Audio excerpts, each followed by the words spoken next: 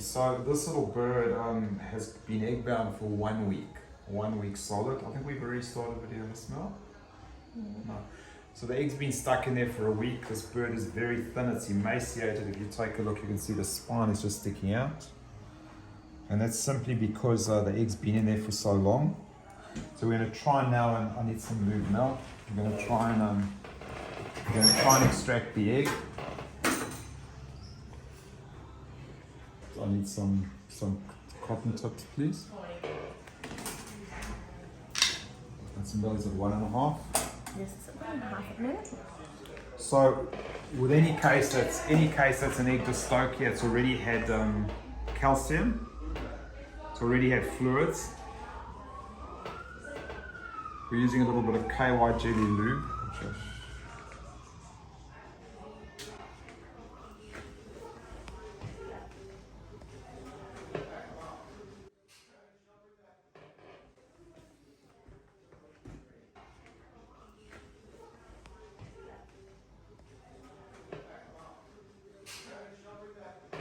so we're just going to try, we can actually see there's actually some bleeding here. I'm not sure what that's from. But all I'm trying to do is I'm either going to break the egg, or we've got to try and get the egg out. We're trying to get out without doing surgery.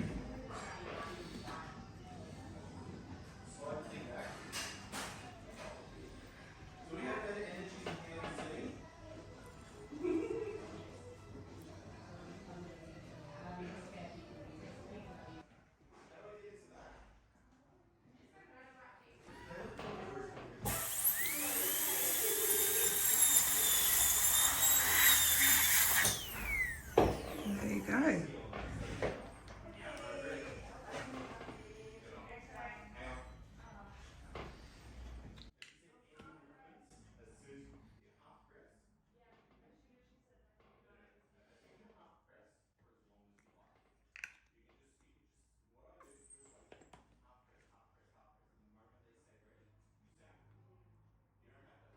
So just for the video, we have just given a calcium injection. We have put the bird on fluids. What we've actually done is very slowly, we've exteriorized the whole uterus. The whole oviduct came out. We've cut through the oviduct using the dental drill. But the benefit of that is at the same time we could break the egg. And once you break the egg, it collapses a little bit. Makes it easier. Yeah, it makes it easier. But I think that's about it for now. So fluids, as you know, we give fluids subcut. When the bird was admitted, it got subcut fluids. It's had a little bit, I don't want to give too much, but you can see we give it just in the inguinal area. And you can see a little bleb where I've injected the fluids. I'm giving about 2 or 3%. 1.5.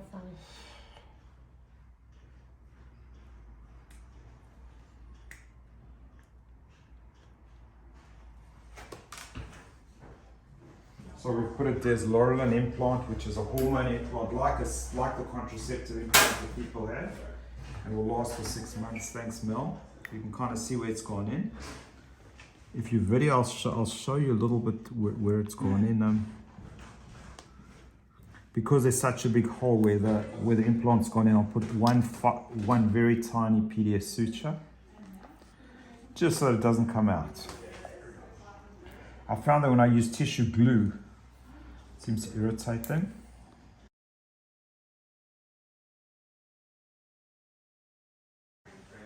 Thanks, Mel. You can turn it off now. And while you're videoing, I'll show you where the implant is at the moment. You can actually see the implant through the skin. So if you take a look, the implant's Gone straight in. yeah, that's part of it there. Okay. And so she won't produce eggs for 6 months?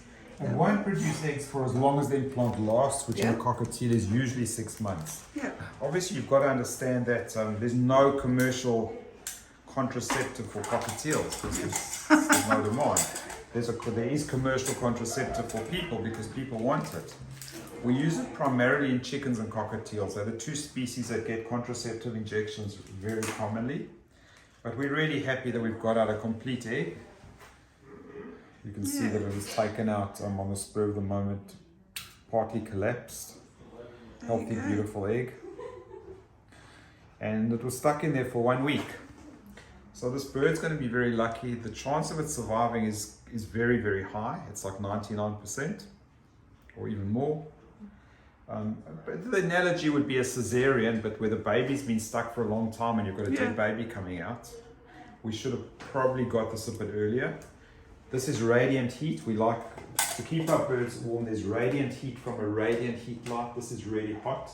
There's a heat pad and there's a heat tap. If you just come behind this door, there's a heat tap. Oh, yes. So we've got heat coming from 3 sources. Our heated room, it's 24 degrees the room. Radiant heat on the bird, a radiant heat mat. generate a lot too. Yeah, they do. But the nice thing is I'm actually using this to warm my hand. It's really nice and warm. And in winter it makes a very big difference. So we'll show, the owner can just see the picture of the egg. Talk about it now.